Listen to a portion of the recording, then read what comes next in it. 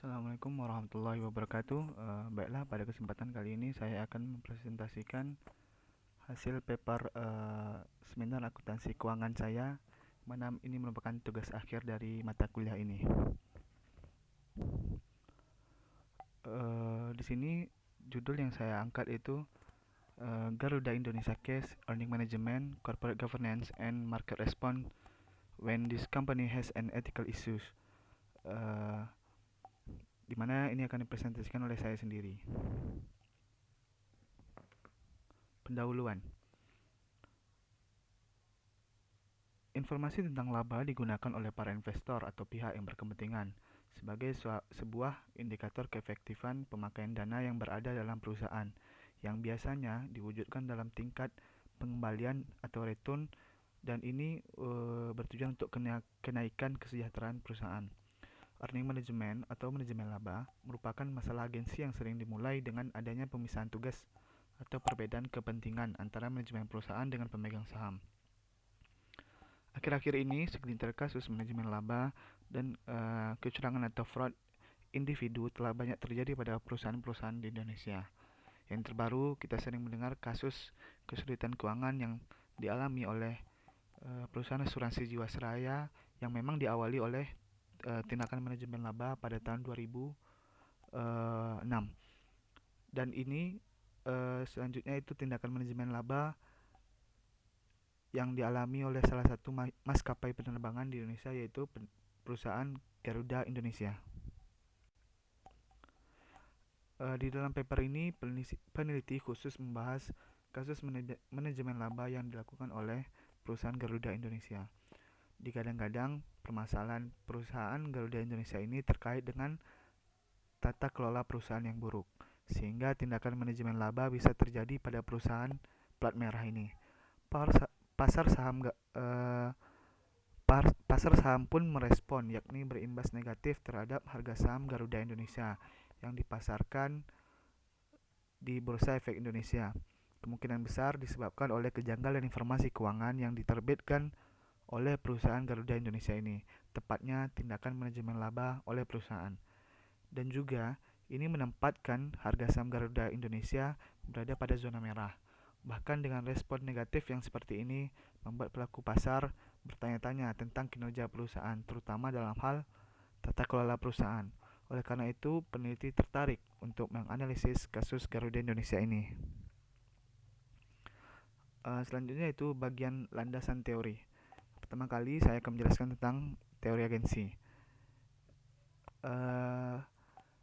Menurut Imanta, ia menyebutkan bahwa teori agensi mengasumsikan bahwa setiap individu dalam perusahaan hanya akan bekerja berdasarkan kepentingan masing-masing. Di sini diasumsikan bahwa pemegang saham sebagai prinsipal hanya tertarik pada return yang secepat-cepatnya dan sebesar-besarnya atas investasi mereka. Salah satunya tercermin pada kenaikan porsi dividen dari tiap saham yang dimiliki. Sedangkan agen diasumsikan termotivasi untuk memperoleh insentif atau bonus dari setiap kemampuan yang telah ia lakukan. Agensi teori ini mengindikasikan bahwa munculnya manajemen laba yang terjadi di perusahaan, di mana manajer berusaha bertanggung jawab untuk mengoperasionalkan perusahaan. Manajer harus bisa mengoptimalkan seluruh pendapatan yang diperoleh perusahaan. Dalam hal ini, pendapatan tersebut akan diserahkan laporannya kepada owner atau pemegang saham perusahaan. Dengan adanya tanggung jawab ini, manajer biasanya mengharap adanya timbal balik dari kinerja yang telah ia lakukan. Oleh karena itu, terbentuklah dua kepentingan. Yang pertama, kepentingan untuk mengoptimalkan pendapatan bagi entitas tersebut, dan kepentingan yang kedua yaitu kepentingan ketika ia memegang tanggung jawab, maka manajer tersebut akan berharap pemberian imbalan dan keuntungannya yang diambil untuk kebutuhan pribadi manajer tersebut. Selanjutnya itu manajemen laba. Manajemen laba atau earning management diartikan sebagai tindakan yang dilakukan oleh individu seperti manajer ketika menentukan kebijakan akuntansi untuk mencapai beberapa tujuan tertentu. Ini menurut Scott. Lalu manajemen laba biasanya terjadi ketika manajer memakai keputusannya dalam kebijakannya terhadap pelaporan keuangan dan dalam menyusun transaksi untuk mengubah laporan keuangan, baik untuk menimbulkan deskripsi yang salah bagi stakeholder tentang kinerja perusahaan maupun mencoba mempengaruhi hasil kontraktual yang bergantung pada angka-angka akuntansi yang dilaporkan. Ini menurut Haley and Wahlen. Beberapa pola yang biasanya dilakukan oleh para manajer dalam tindakan manajemen laba yaitu ada taking a bath, income minimization, income maximization, dan income smoothing. Taking a bath adalah bentuk manajemen laba yang dilakukan manajer, yakni menjadikan laba di perusahaan ketika periode berjalan menjadi sangat ekstrim tinggi atau sangat ekstrim rendah dibandingkan dengan laba periode sebelum ataupun sesudahnya. Lalu income minimization yaitu bentuk manajemen laba yang dilakukan oleh manajer dengan konsep menjadikan laba perusahaan pada laporan keuangan periode berjalan lebih rendah dibandingkan laba sesungguhnya. Ini biasanya bertujuan untuk menghindari pajak yang besar bagi perusahaan. Lalu ada income maximization, di mana ini bentuk manajemen laba yang dilakukan manajer dengan menjadikan laba pada laporan keuangan periode berjalan lebih tinggi dibandingkan laba sesungguhnya. Selanjutnya itu corporate governance. Evanisa menyebutkan bahwa corporate governance merupakan seperangkat peraturan yang mengatur hubungan antara pemegang saham, pengelola perusahaan, pemerintah, karyawan, pihak kreditur, serta pemegang kepentingan intern dan eksternal lainnya yang berhubungan dengan hak dan kewajiban mereka. Lalu, corporate governance adalah suatu tata kelola yang menerapkan prinsip-prinsip tarif, di mana T-nya itu transparansi, A-nya itu accountability, R-nya itu responsibility, I-nya independensi, dan F-nya itu fairness. Transparansi di sini mengandung unsur pengungkapan dan penyediaan informasi secara tepat waktu, memadai, jelas, akurat, dan dapat diperbandingkan. Lalu akuntabilitas mengandung unsur kejelasan fungsi dalam organisasi serta bagaimana cara mempertanggungjawabkannya. Kemudian ada tanggung jawab. Tanggung jawab mengandung unsur kepatuhan perundang-undangan dan ketentuan internal perusahaan terhadap masyarakat dan lingkungan. Lalu yang keempat ada independensi. Independensi mengandung unsur kemandirian serta objektivitas dalam melaksanakan tugas dan kewajibannya. Yang terakhir itu fairness atau kewajaran. Kewajaran mengandung unsur perlakuan yang adil dan kesempatan yang sama dengan sesuai dengan proporsinya. Tata kelola perusahaan yang baik akan memberikan dampak yang baik juga. Syahid menyebutkan di dalam literatur yang ada memberikan banyak bukti bahwa praktik tata kelola perusahaan yang baik dapat menghilangkan masalah keagenan dan meningkatkan kinerja perusahaan serta memaksimalkan kekayaan pemegang saham. Sementara tata kelola perusahaan merupakan suatu penentu yang signifikan bagi profitabilitas dan pertumbuhan perusahaan. Peningkatan efisiensi alokasi investasi dapat dicapai melalui transfer dana langka ke proyek yang diinvestasikan dengan pengembalian yang canggih. Maksudnya di sini dengan tata kelola perusahaan yang baik, maka perusahaan bisa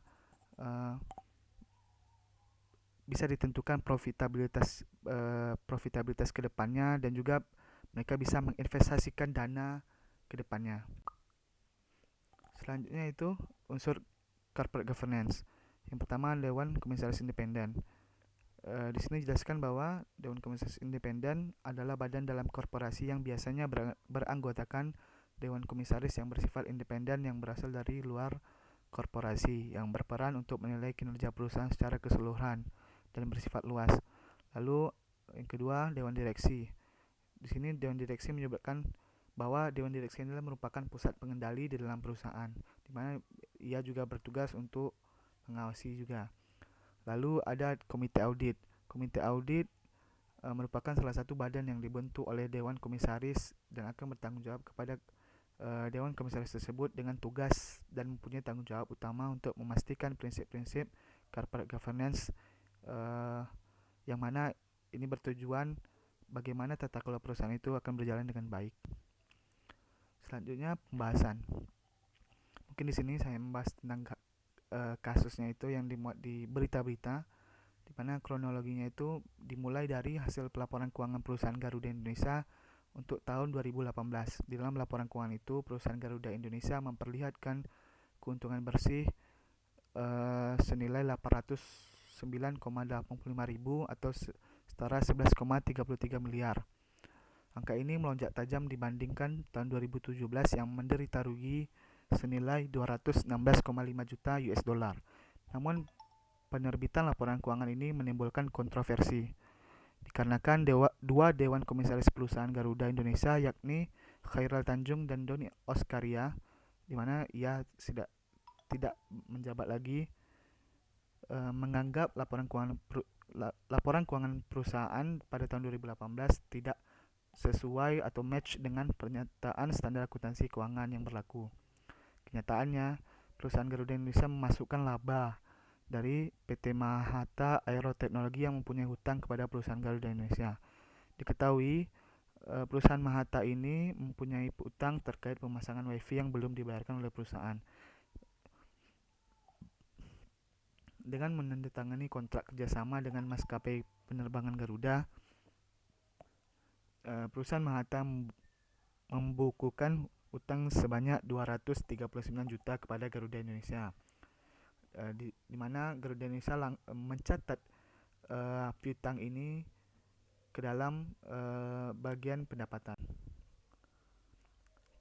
Kasus Garuda Indonesia ini tidak hanya menyangkut perusahaan ini saja, akan tetapi juga menyeret auditor laporan keuangan, yakni akuntan publik Kasner Sirumapea, kantor akuntan publik Tanu Brata Sutanto Fahmi Bambang, dan rekan. Juga dikenakan sanksi oleh Kementerian Keuangan. Berdasarkan hasil pertemuan dengan pihak KAP, Sekretaris Jenderal Kemenko Hadianto menyimpulkan bahwa adanya dugaan pengauditan yang tidak sesuai standar akuntansi. Akhirnya, setelah beberapa waktu, perusahaan Garuda Indonesia dikenakan sanksi dari berbagai pihak. Selain perusahaan Garuda Indonesia, penetapan sanksi juga diterima oleh auditor laporan keuangan mereka, yakni akuntan publik Kasner Sirumapea dan KAP Tanu Brata Sutanto Fahmi Bambang dan rekan. Untuk sanksi bagi auditor, Sri Mulyani selaku Menteri Keuangan memberikan sanksi pembekuan izin selama 1 tahun. Selain itu, OJK nantinya mengenakan sanksi kepada jajaran direksi dan komisaris dari Garuda Indonesia. Mereka diharuskan untuk membayar denda 100 juta per masing-masing direksi. Selanjutnya itu analisis peneliti. Yang pertama itu terkait manajemen laba. Ketika kita menganalisis kasus yang terjadi pada Garuda Indonesia ini, maka yang terlintas pertama dalam kasus ini adalah tindakan manajemen laba oleh direksi perusahaan Garuda Indonesia. Kenapa begitu? Karena di sini jelas sekali dari kasus yang sudah saya jelaskan tadi, terindikasikan manajemen laba dikarenakan pada tahun 2017 perusahaan Garuda Indonesia sedang mengalami tahun-tahun terburuknya dengan mengalami kerugian bagian keuangan sekitar 216,5 juta US dollar. Kemudian di tahun berikutnya atau tahun 2018, perusahaan berlogo burung Garuda ini mengalami atau mendapatkan keuntungan bersih yang fantastis menurut saya, yakni sebesar 11,33 miliar. Ini dikarenakan manajemen perusahaan Garuda Indonesia sudah mengakui pendapatan yang belum dibayar dalam laporan keuangannya atas kerjasama dengan PT Mahata terkait pemasangan WiFi. Jelas ini masih dalam bentuk piutang, tetapi manajemen perusahaan sudah mencatatnya sebagai pendapatan bersih. Di sini mungkin pola yang dipakai perusahaan itu pola income maximization, di mana di sini menjadikan pola tersebut dalam mengelola tindakan manajemen labanya, di mana manajemen berusaha menjadikan laba pada laporan keuangan periode berjalan lebih tinggi dibandingkan dengan laba sesungguhnya. Selanjutnya, corporate governance. Sudahkah tata kelola perusahaan Garuda Indonesia ini berjalan dengan baik? Bisa tergambar bahwa masih banyak yang dapat dilakukan agar tata kelola perusahaan tersebut berjalan dengan baik. Pada tahun 2018 kemarin, di dalam kasus manajemen laba perusahaan, Direktur Utama yaitu Ari Askara merupakan salah satu bagian manajemen yang menyetujui pengakuan pendapatan senilai 11,33 miliar atas kerjasamanya dengan PT Manta. Bisa dibilang ini merupakan salah satu tindakan ceroboh dalam hal pencatatan akuntansi yang dapat merugikan perusahaan. Walaupun perusahaan membukukan pendapatan yang cukup besar di tahun 2018. Dengan penetapan tersangka oleh OJK, maka OJK memberikan sanksi kepada jajaran direksi dan komisaris Garuda Indonesia, di mana ini masing-masing 100 juta rupiah. Ini membuktikan bahwa tata kelola perusahaan masih lemah dan dalam aspek transparansi masih tergolong belum memaparkan laporan keuangan yang andal. Walaupun begitu, di tahun berikutnya pada tahun 2019, direktur utama tadi yaitu Bapak Ari Askara dan beberapa direksi yang terlibat kasus penyelundupan motor Harley Davidson, di mana ini merupakan penyelundupan barang mewah. Ini langsung dipecat oleh Menteri BUMN. Ini menandakan ada yang tidak beres terhadap tata kelola perusahaan di perusahaan Garuda Indonesia ini, termasuk ditangkapnya beberapa direksi dan direktur utama Ari Askara di tahun 2019. Selanjutnya saya membahas tentang market response. Seperti yang dikutip dari aktual.com, Alfred Nanggolan selaku Kepala Riset Koneksi Kapital menyebutkan bahwa sejauh ini respon pasar melihat proses GCG di Garuda Indonesia sudah mengalami kemunduran. Alfred berpendapat jika hasil penyelidikan oleh KPK akan menimbulkan kerugian keuangan yang akan lebih negatif lagi di mata investor dan pelaku pasar lainnya. Apalagi sejauh ini kinerja Garuda Indonesia relatif tidak bagus. Hingga kuartal 3 2006 masih menderita kerugian keuangan sebanyak 43,6 juta US dollar. Untuk itu, Alfred berpendapat para investor sebaiknya memindahkan saham pada Garuda Indonesia mereka ke kepemilikan saham lainnya. Ini tidak hanya dikarenakan kasus yang mengalami perusahaan Garuda Indonesia saja, tetapi juga disebabkan karena kondisi finansial entitas yang mengalami fluktuatif. Hingga penutupan perdagangan indeks harga saham gabungan atau IHSG, saham Garuda Indonesia ditutup kembali di level 338 per lembar saham atau turun 8 poin alias 2,31%, dan ini menempatkan saham perusahaan berada pada zona merah. Lalu yang terakhir itu kesimpulan. Makalah ini bertujuan menganalisis kasus Garuda Indonesia yang mengalami bentuk kecurangan, yaitu manajemen laba, di mana pada tahun 2017 perusahaan Garuda Indonesia mengalami kerugian yang cukup besar senilai 216,5 juta US dollar. Akan tetapi setahun kemudian perusahaan Garuda Indonesia mengalami lonjakan keuntungan senilai 11,33 miliar. Padahal yang diketahui pada tahun tersebut perusahaan Garuda Indonesia masih mengalami kerugian. Ini disinyalir perusahaan BUMN ini melakukan manajemen laba, dalam artian mereka mengakui laba yang belum dibayarkan atas kerjasama pemasangan wifi di dalam pesawat dengan PT Mata. Di sini peneliti mencoba menganalisis dan sesuai kajian teori dengan menggunakan analisis terhadap manajemen laba, tata kelola perusahaan, hingga respon pasar setelah perusahaan Garuda Indonesia ini diketahui melakukan tindakan laba. Baiklah, sekian presentasi dari saya. Apabila ada yang salah, saya mohon maaf. Wabillahi taufiq wal hidayah. Assalamualaikum warahmatullahi wabarakatuh.